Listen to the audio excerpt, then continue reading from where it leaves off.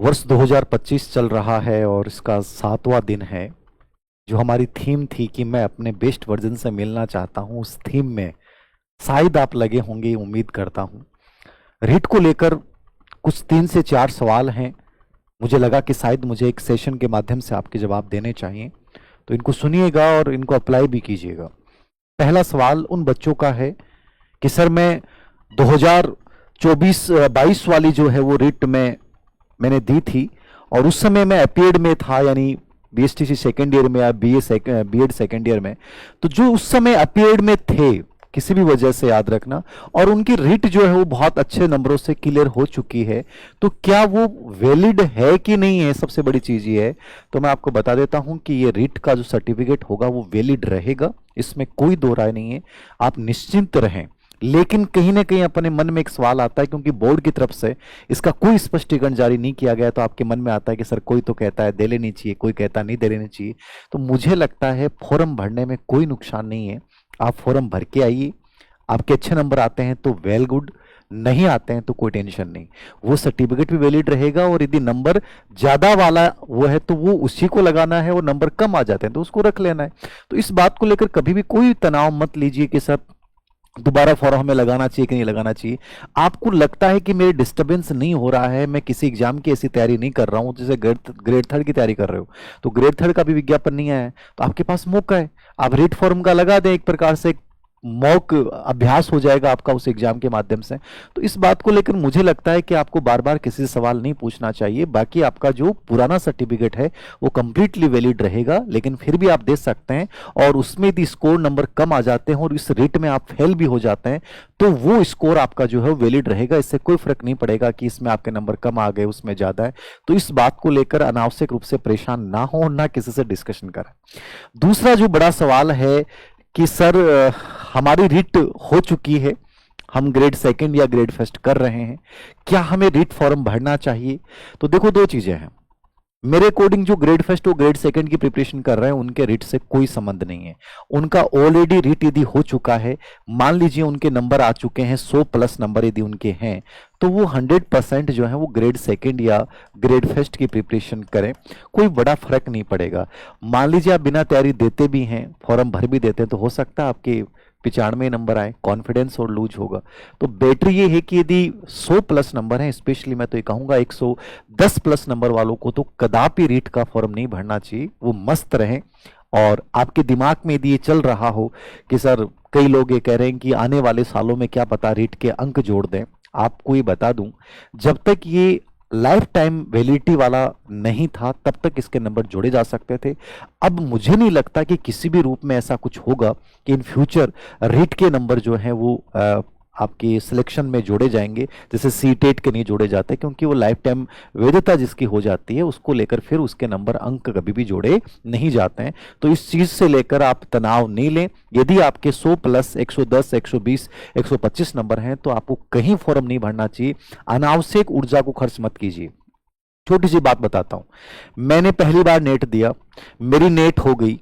कई बार मेरे को बच्चे कहते हैं कि सर मेरी 5 बार नेट हो गई, मेरी 7 बार नेट होगी, क्या बढ़ता है उससे। मैंने एक बार नेट की और मैं असिस्टेंट प्रोफेसर बन गया ना। आप अपनी ऊर्जा उस जगह पे खर्च कीजिए जहां से आपको आउटकम्स मिलने वाले हैं।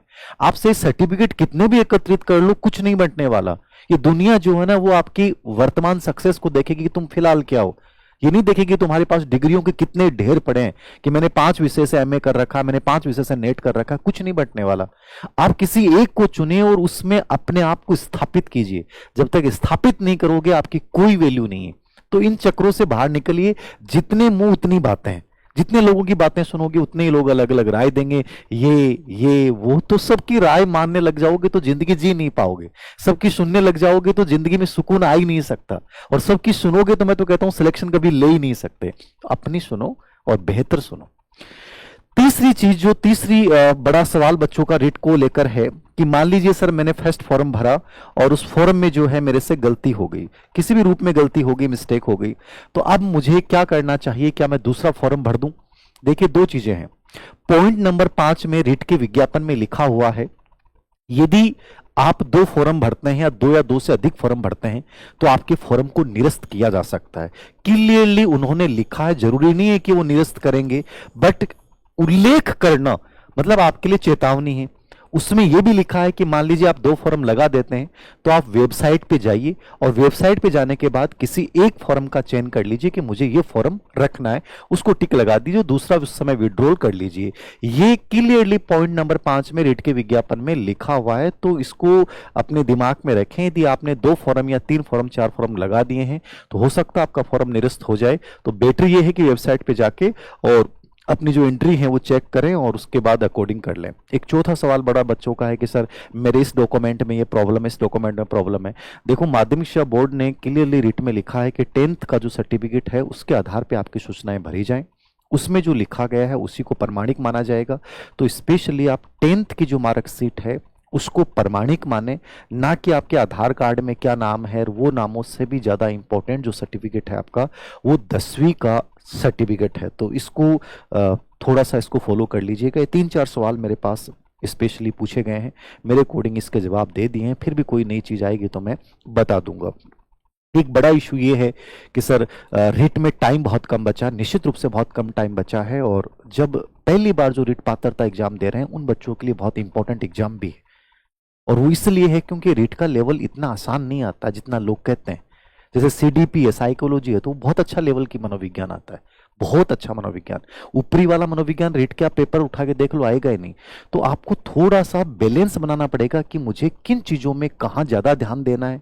पूरे पाठ्यक्रम का विश्लेषण कीजिए, कौन सा पार्ट आपका कमजोर है उस पर वर्क कीजिए।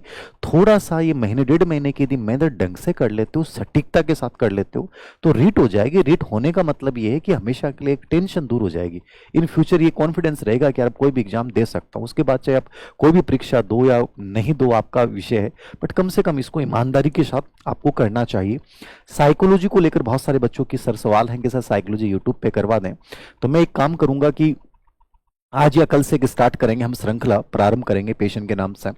उसमें क्या करेंगे, आपको टॉपिक्स दे दिया जाएगा कि मान लीजिए आपके पास अवनी वाली कोई भी बुक है, साइकोलॉजी की समग्र है या रिट वाली बुकलेट है या ऑब्जेक्टिव है, तो उसमें हम पेज दे देंगे कि ये पेज जो है आप पढ़ लीजिए। और वहाँ से हम 10-12 प्रश्न जो है वो आपको अवनी एजुकेशन ऐप के ऊपर आपको टेस्ट देने का मौका मिलेगा। उसके बाद उन्हीं को मैं यूट्यूब के ऊपर पूरा सॉल्यूशन करवा दूंगा, समझा दूंगा, जिससे आपके पूरा टॉपिक क्लियर हो जाए। और उसमें यह भी बता दूंगा कि यहाँ से ऐसा प्रश्न आता है, इन इन चीज़ों को देख लें। ये उन बच्चों के लिए है जो बच्चे ऑनलाइन अवनी एजुकेशन ऐप या साइकोलॉजी का कोर्स नहीं ले पाते हैं, उनकी अपनी प्रॉब्लम्स हो सकती हैं। तो उन बच्चों के लिए मैं हेल्प करूंगा कि ताकि एक समझ बन जाए कि मुझे यहाँ से इन चीज़ों को ऐसे ऐसे पढ़ना है और ऐसे लेटेस्ट पैटर्न ये है, यहाँ से ऐसे प्रश्न पूछे जाते हैं।